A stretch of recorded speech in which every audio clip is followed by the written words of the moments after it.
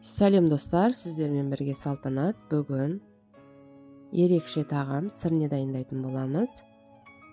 Менің каналыма тіркелмеген болсаңыздар тіркеліп, комментарий бөліміне не тағамдар көргілеріңіз келеді менің каналымнан жаза кетіңіздер. Міндетті түрде жасайтын боламын. Ал бастайық. Менде міне дәл осындай еттер, бір-екі ғана сүйек, негізі сүйектер болса жақсы болатын еді. Еттерді үлкендеу етіп турап аламыз. Менде сиыр еті, қойдың еті де бар. Мына жерде аралас еттер. Енді пиязымызды да үлкен етіп турап аламыз. Дәл видеодағыдай етіп турап алыңыздар. Қуырылғанда пияздар жоқ болып кетеді.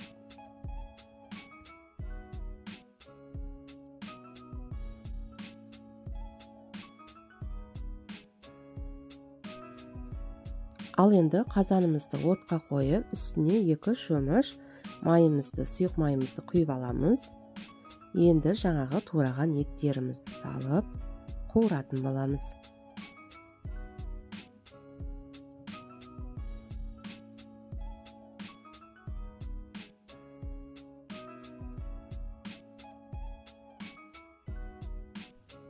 Ал міне еттер қуырылып жатыр. Енді үстіне кішкене ғана тұз қостым.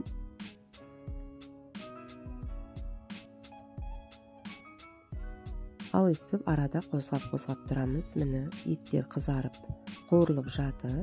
Енді үстіне жаңағы тураған пиязымызды салып, тағы да араластырамыз.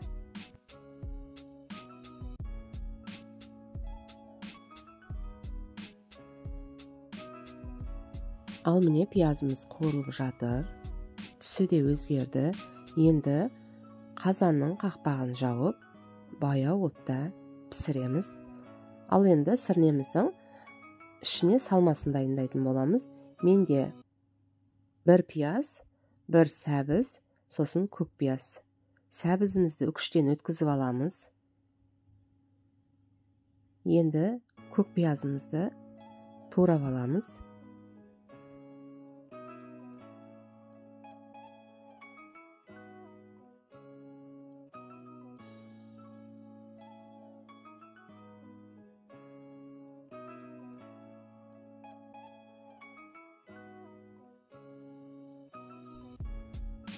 Көк пиязымызды салып алдық ыдысымызға. Енді пиязымыздың жартысын ғана турайтын боламыз. Сол жартысы жеткілікті. Ал міне заттарымыздың барлығын турап алдық. Енді үстіне қара бұрышымызды саламыз. Зіреміздің ұнтақталғанын саламыз. Сұйық майымызды құйып, араластырып аламыз. Енді үстіне кішкене тұзымыз салып, тағы да араластырамыз. Ал енді қамырын дайындайтын боламыз. Қамыры жай 5 бармаққа мантыге дайындалатын қамыр менде болған.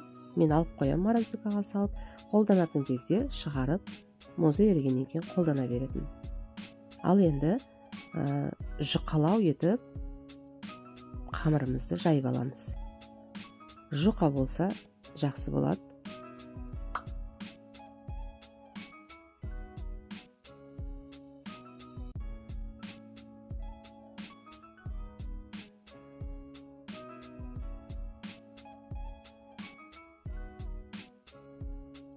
Ал міне қамырымыз жайылып болды. Міне өте жұқа. Дәл осылай етіп, қамырымызды пышақпен кесіп аламыз. Кішкентай етіп кесеміз. Өйткені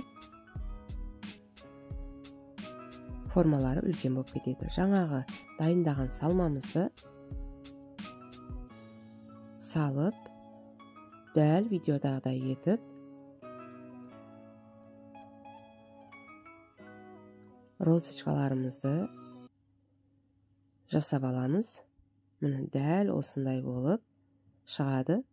Барлығын дәл осылай етіп жасап аламыз.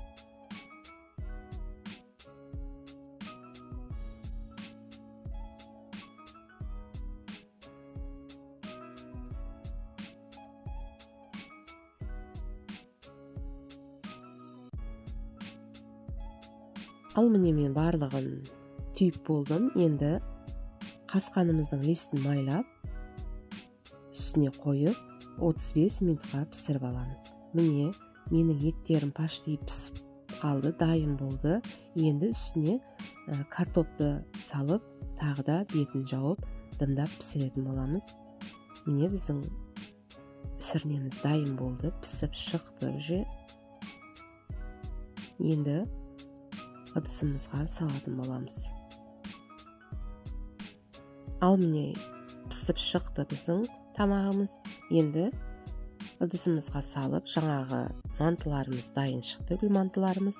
Оны жан-жағына қойып, әдемілеп, әрлеп, столға тартсаңыздар, өте әдемі, тартымды тамақ болады. Енді үстіне мен бір қызанағымызды ортасына әдемілеп сәндік үшін қойдым. Дәл осылай. Енді үстіне ас көктер, укроп, пиязды турап салдым мен. Дәл осындай. Ал міне бүгін біздің сірнеміз дайын болды. Менімен бірге видеоны соңына дейін қарағандарыңыз үшін рахмет. Баршаңызға қазақша контентті қолдап, менің каналыма тіркеліп кетіңіздер. Баршаңызға ас болсын. Сіздермен бірге болған Салтанат.